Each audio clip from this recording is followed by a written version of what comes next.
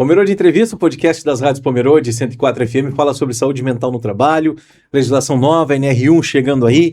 A Cris Dessá aceitou o nosso convite da MindSci, ela é sócia também, esposa do Alê, que já esteve aqui com a gente.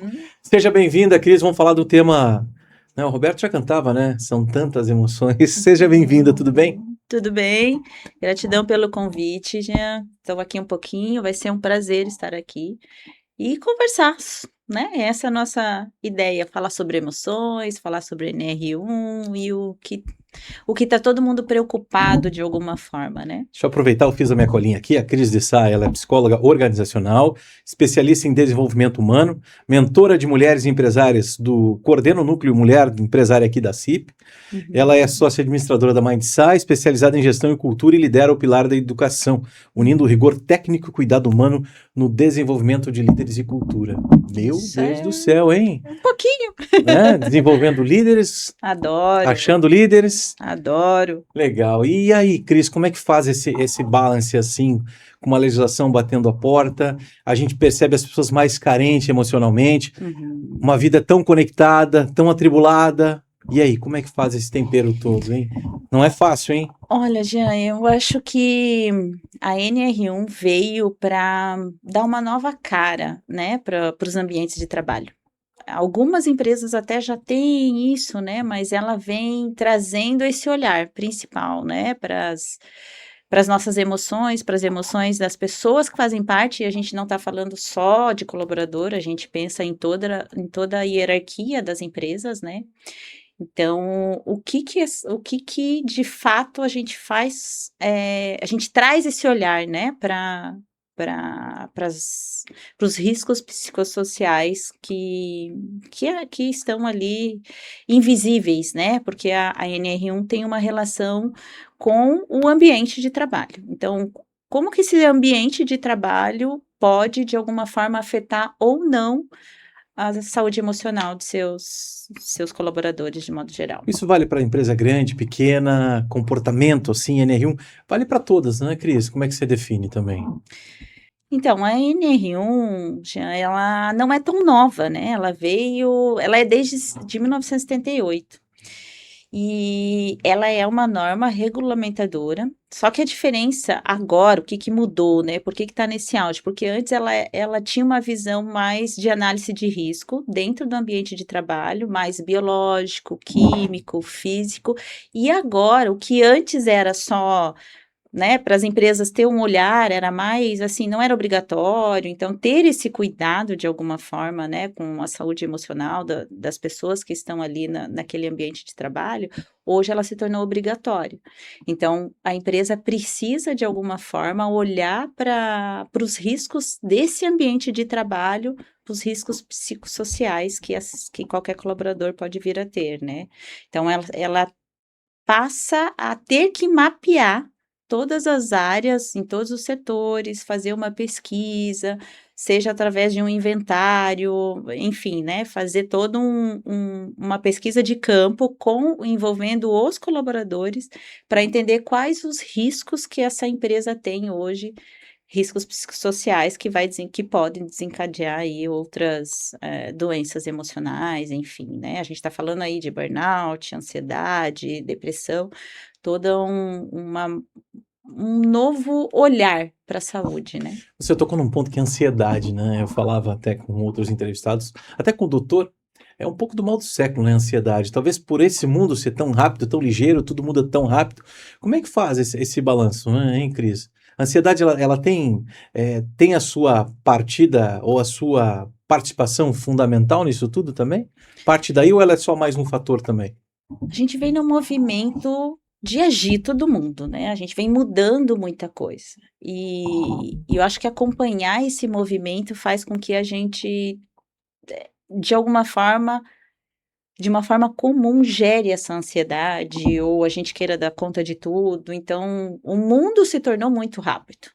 E tem uma coisa que o Alê, inclusive, né, fala, e eu não sei dizer qual que é o ator que ele se referencia, que é, né, que antes a gente precisava correr para, né, atingir algo, e hoje a gente precisa correr para ficar no lugar, porque o mundo está passando. Então, só para você estar aqui, a gente precisa estar acelerado.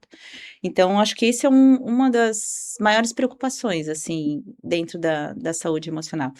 E aí, todos esses riscos, hoje, eles precisam ser mapeados dentro da NR1, né? Que até então se atentava muito para as doenças que aconteciam com os colaboradores, sei lá, desde problemas básicos de cuidado não do açúcar, a pressão alta, a Sim. saúde laboral, vamos dizer assim, era bem Uhum, trabalhada, mas uhum. a saúde mental, talvez a NR1 veio para balizar isso, né? Isso foi Digo assim, agora, né?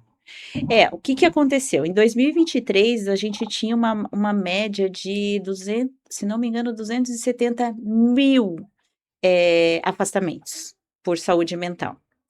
Em 2024, isso pulou para 478 mil.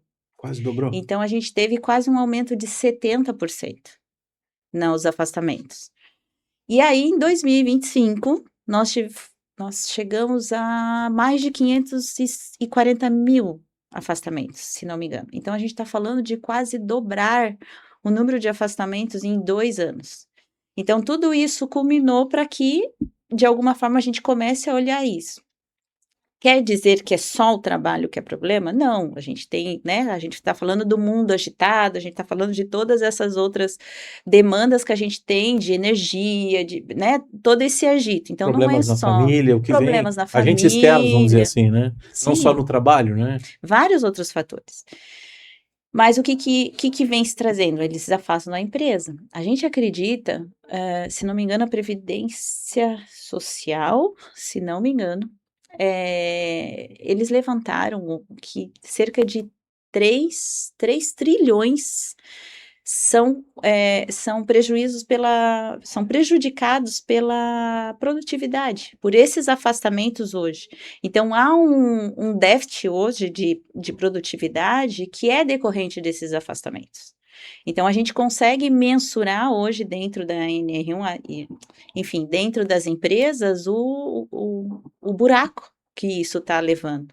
Então, quanto mais afastamentos a gente vai ter, maior queda na produtividade, consequentemente, né, uma série de prejuízos aí dentro das empresas. Então, eu perguntando assim, é fácil a resposta. Existe relação entre saúde mental e desempenho profissional? Com certeza. Não Com tem como certeza. fugir um do outro, né? Não tem como.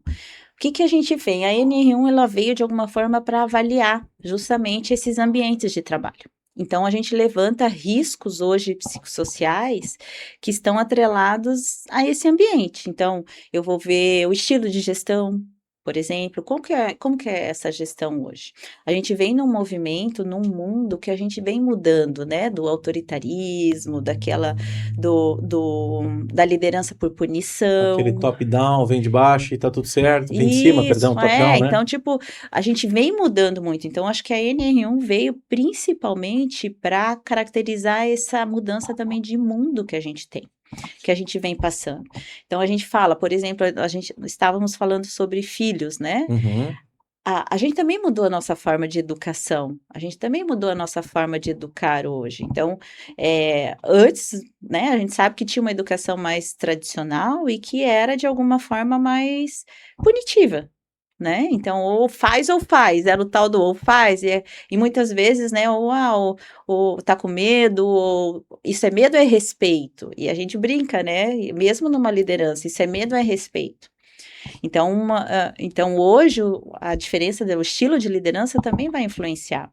A organização de trabalho, se eu tenho hoje uma sobrecarga de trabalho ou uma subcarga de trabalho, uma área, enfim, uma empresa super competitiva. Então, tudo isso são estressores que, mapeados, eles podem realmente levar a necessidade né, de planos de ações, enfim, se as empresas hoje precisam se adequar a essas NR1s, a partir desses mapeamentos de risco, né, levar esses planos de ação, enfim, monitoramento, para que tudo culmine de que a gente tenha aí menos afastamento, maior produtividade, enfim, né, que o ciclo se reverta.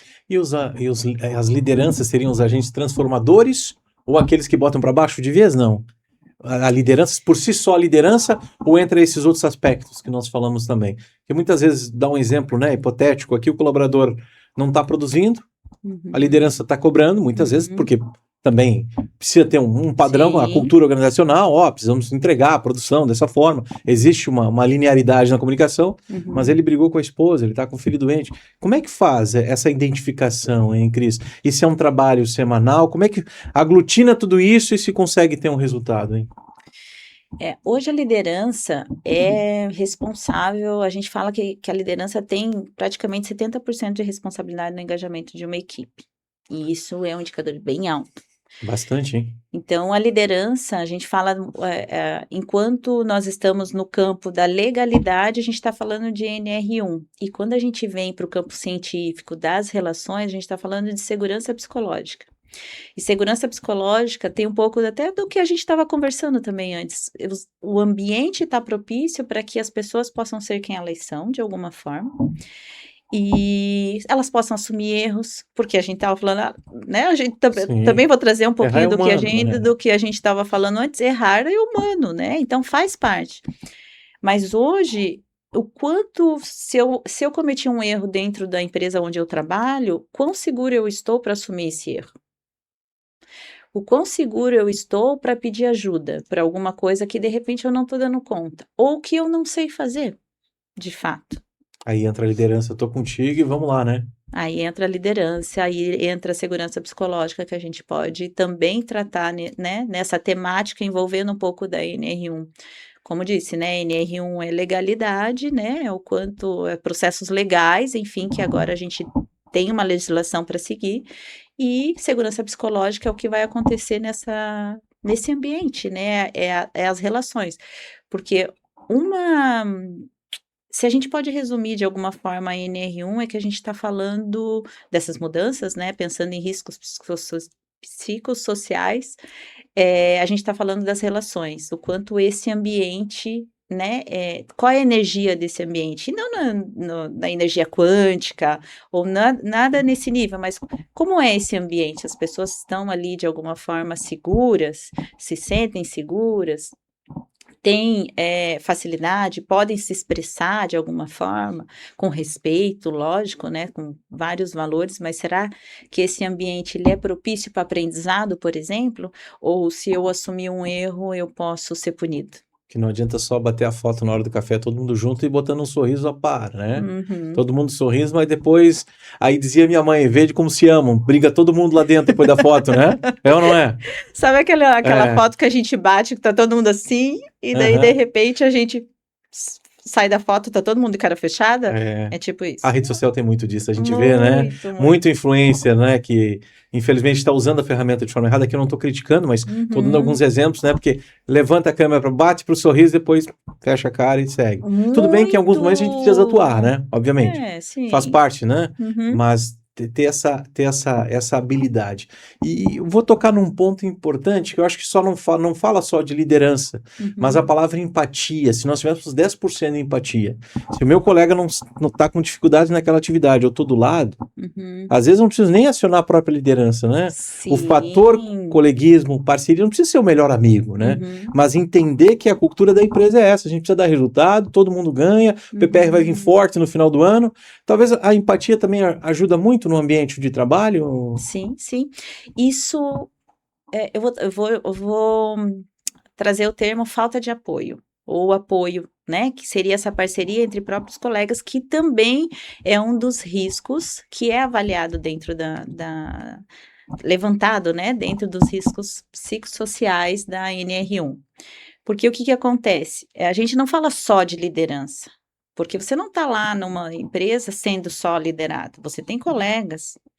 A gente fala, a liderança vai influenciar em como um vai tratar do outro, sim, mas as pessoas entre si, o quanto uma pode contar com a outra. E isso é também um dos termos que é avaliado dentro da NR1. Ele traz com esse olhar também, o como eu me sinto com relação aos meus colegas. Cobro liderança, mas não faço a minha parte. Não adianta nada também, né? Sim, É sim. uma troca, né? Constantemente. E deixa eu perguntar, Cris, e como é que a gente pode identificar isso no próprio trabalhador? A gente deu deixou aqui algumas deixas, mas como identificar, como ter essa sensibilidade? Quando saber que é o fator interno ou externo? como eu dei aquele exemplo do caso família, como é que Uhum. pode fazer essa condução? Porque a produção muitas vezes não pode parar. Lembra do Uhum. ritmo acelerado? Sim. Né? Às vezes aquela pessoa é a figura-chave da linha principal da tecelagem, ele é muitas vezes o operador master e tá lá para cadenciar aquela sequência. E aí, Uhum. Cris? Como é que entra em jogo nesse sentido também? De tocar muitas vezes numa ferida, numa dor que não é interna, Uhum. mas é externa, mas que está afetando o condicionamento dele, o rendimento dele. Então, a gente tem alguns fatores aí que é essa parceria, acho que isso faz diferença, ou mesmo de uma liderança, porque uma liderança atenta e presente, ela vai perceber mudança de comportamento. Então, se eu tenho um colaborador, uma pessoa que trabalha comigo há muito tempo, que tem continuamente um tipo de comportamento, ela é, de alguma forma, muito dedicada, né, faz todas as suas entregas, enfim, né, segue o padrão né, de um colaborador que entrega seus resultados, e de repente isso começa a não acontecer mais, e de repente você tem um colaborador que passa a apresentar diferentes níveis de emoções, seja um isolamento, talvez, ou seja uma irritabilidade bem alta. Então, esse lugar de mudanças de humor muito bruscas tem a ver com sono, cansaço, né? É uma pessoa que começa a parecer mais desanimada, enfim, então são sintomas que a gente começa a olhar. Então, quando isso começa a aparecer para mais de 2 semanas, quando vem. E aí, outra coisa, né? Até a gente falando um pouquinho, né, de como ele se sente, um pouco da empatia, de como né, a equipe e os colegas percebem isso, vão perceber de alguma forma, né? E aí ambientes seguros também fazem com que talvez essa pessoa peça ajuda, né? Busque ajuda. E se ela não busca ajuda por alguma questão, enfim, que não queira abrir ou não se sinta confortável, se ela está num ambiente seguro, os colegas, ou seja, uma liderança, vai começar a perceber essas mudanças Tipo, o também. colega vai chegar, vai soprar ali no supervisor, olha, fulano chegou chorando hoje, tem alguma coisa com Uhum, ele. Será que é no trabalho? Você uhum, não quer conversar com ele? uhum. E as grandes empresas têm esse apoio emocional hoje, né? Você mesmo, Grandes como a empresas. MindSal hoje, né, Cris? Vocês atuam Uhum. em várias empresas. E eu acho que esse braço, assim, você não gosta dessa expressão, mas vamos dizer assim, essa oportunidade de ter um profissional, por exemplo, a MindSal do lado, Uhum. com essa capacidade de saber ouvir, que o profissional da psicologia também tá Sim, treinado para isso, né? sim. Eu acho que pode ser uma grande saída e quando vê, às vezes é uma coisa pequena para ele, grande para Uhum. ele e pequena para o contexto, né? Sim. A gente vem nas academias de liderança trabalhando muito o líder, né? E a gente fala que o líder ele começa nele, né? Antes de todos os papéis da nossa vida, nós somos nós sem filtros, digamos assim, né? E dentro da liderança, hoje a gente, né, dentro das academias de liderança, a gente trabalha muito o desenvolvimento pessoal desse líder, para que ele também, de alguma forma, possa se cuidar, né? Para que ele esteja preparado para cuidar também dos seus liderados, para ter esse olhar mais humano, né? Então a gente vem no movimento da NR1 com esse olhar mais humano, né? Então a gente saiu ali da área industrial, processo e resultado, para a gente começar a ter esse olhar mais humano para a saúde das pessoas também, de modo geral.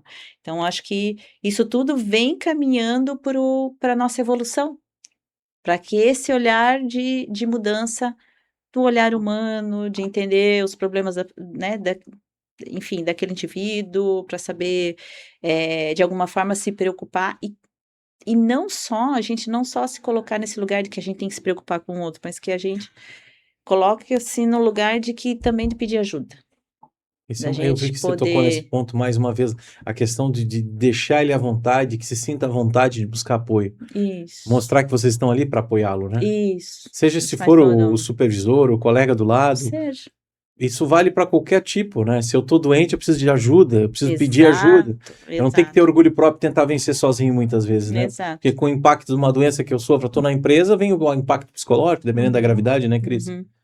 A gente vem com esse olhar de mudança mesmo, assim. E eu quero saber de você, mãe, empreendedora, sócia do seu esposo, o Alê, né? Aham. Mãe de 4, Uma galerinha. 4 crianças, que não são mais, né? Não. Tudo criado a Todd já, né? Tudo Sim, grandão. sim. Mas como é que faz para conciliar tudo e como é que gira as emoções da Cris nesse momento? Porque ela tá focada na empresa.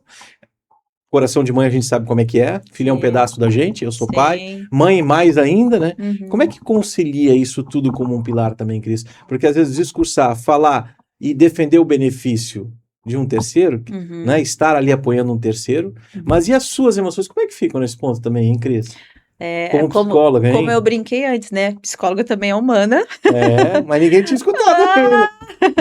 Psicóloga também é humana, também comete erros, também vivencia responsabilidade, para não dizer culpa, porque a gente fala, uma das coisas que eu levo muito e que eu aprendi, né, como ser humano e não só como psicóloga, a gente tende a pensar, cometer um erro e ficar na culpa, né, seja com filho, seja um erro que a gente vai de alguma forma atingir emocionalmente o outro, né, e a gente fala, ai, me senti culpada. Não, sou responsável. E quando a gente, de alguma forma, transforma a palavra culpa para responsabilidade, a gente traz para um outro lugar de aprendizado, que é uma das coisas, inclusive, da segurança psicológica, né? Que é transformar o erro em aprendizado. Então, vem para esse lugar de eu também erro, inclusive recentemente, aquele negócio que a gente comete erro todos os dias. Todos nós, né? Estamos suscetíveis, Sim. né? Claro E que aí a os gente tem pedidos de desculpa, né? É normal. Mas até o desculpa tem um tempo muitas vezes, né? Sim, Espera, respira. sim. Opa, a partir do desculpa já vem com uma nova solução. E com certeza, né? Eu tenho um só, você teve 4. O índice de assertividade tá aí, a criançada tudo criada, estão no mundo, como a gente fala, Sim. mas também não é fácil, né? É como gerir uma empresa familiar, 4 crianças, um esposo. E saber delegar também, né, Cris? O mais importante, né? Sim. Compartilhar as tarefas do dia a dia. E eu entro nesse aspecto mãe e psicóloga também, para quem está nos ouvindo, não só quem está trabalhando, mas a própria, muitas vezes, a dona de casa, o profissional liberal que está lá dia a dia conquistando o pão dele, não tem com quem recorrer, Sim. né? A mãe que está lá fazendo a comida, esperando os filhos, arrumando a casa. Pô, dá trabalho, né, Cris? Claro que dá. Né? Tem que ser valorizado, né? Sim. E como é que controla a emoção desse povo também, hein? Vamos sair desse âmbito, hein? É um Não é mar fácil, de né? emoções diferentes. São mais 3 mulheres e mais um homem. O homem está distante, o Teteu está distante, está na Irlanda. Distante de quilômetros, porque o coração tá ali, né? A mãe sabe quando ele não tá Sim, legal. sim, a gente sempre conversa e... Enfim, mas ele tá bem, criando asas e autonomia. Porque eu acho que uma das habilidades que nós, como pais, temos que dar para os nossos filhos, principalmente a autonomia. Isso é verdade. Autonomia e responsabilidade. E isso é uma das coisas que, em vez do delegar, é para que eles realmente também sejam responsáveis pelas suas atividades, pelas suas responsabilidades. Então, acho As que a atitudes autonomia é podem gerar essencial. grandes mudanças ou grandes erros, né? Sim, e autonomia, as consequências também são Eu deles, gosto nesse muito de sentido. trabalhar a ideia da consequência. E isso vale também para o mercado de trabalho, né? Exato. A partir do momento que você dá Nós estamos autonomia. falando da mesma coisa. É a mesma coisa, só muda o âmbito, né? Só a Sim. questão, um é família e outra empresa. Porque vamos pegar um exemplo hipotético. Eu fiz isso com o meu pequeno. Eu falei, não sobe na cadeira, você vai cair. Obviamente que é um risco calculado, nós estamos todos metrificando. Tem a almofada do lado. Não sobe, papai já falou, você vai se machucar. O que acontece? Cai de bundinha, chora, tá tudo certo. Que idade que ele tem? Ele tá com 8, mas isso foi um tempo atrás. Mas a gente fala, não faz, você vai se machucar. É um pouco isso também. Sim. Né? A liderança tá ali, vai, você consegue. Pá, mas se errar, volta, tamo junto. Isso, Essa hashtag tamo junto tá valendo, né? Tá valendo. Essa aí vale, né? Tá valendo. Eu vou tentando. A gente está se encaminhando pro final, a gente falou de NR1, mas eu acho que eu queria, assim, que você deixasse uma mensagem especial para quem está nos vendo, nos ouvindo, independentemente se ele está no trabalho, está num ambiente familiar, doméstico, mas ele está com a mente dele caidinha, precisa de apoio. Você falou, não dá para esperar tanto tempo, muitas vezes, não né? dá. Você, as pessoas têm que ser encorajadas a buscar ajuda, né? Como é que faz, hein? Fala para mim. Olha, se você está num momento que... Eu acho que essencial você vai saber. Acho que todos nós sabemos quando a gente precisa de ajuda, quando precisamos buscar ajuda, e é encontrar alguém que você se sinta seguro para procurar e para pedir ajuda. seja no ambiente de trabalho, seja no ambiente em casa, seja um amigo de confiança. A gente vem num movimento de que a gente pode se expressar mais, né? Existe aí um movimento do masculino também trazer, enfim, que talvez seja para um outro bate-papo.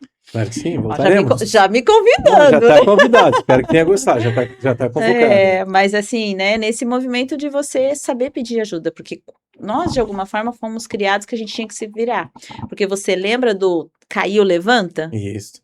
E levanta poeira, não importa se o joelho tá ralado, engole o choro. Então, tem várias coisas aí que, de alguma forma, a gente aprendeu que não precisa pedir ajuda, que a gente pode tudo, que a gente é perfeito, que a gente se vira e que a gente dá conta. A ideia é deixar que é forte o suficiente, né? Exato. E até quando você perguntou, né, como que eu faço com relação enfim, todos os papéis, né? A gente fala de papéis ou chapéus que a gente Papéis, né?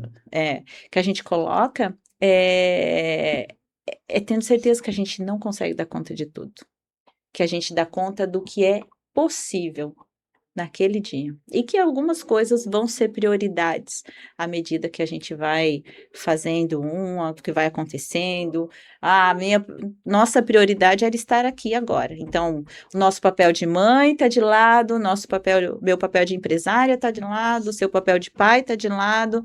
Então, essa é a nossa prioridade agora, o nosso compromisso. Então, essa pequena nuance de que a gente dá conta do que é possível naquele tempo de prioridade.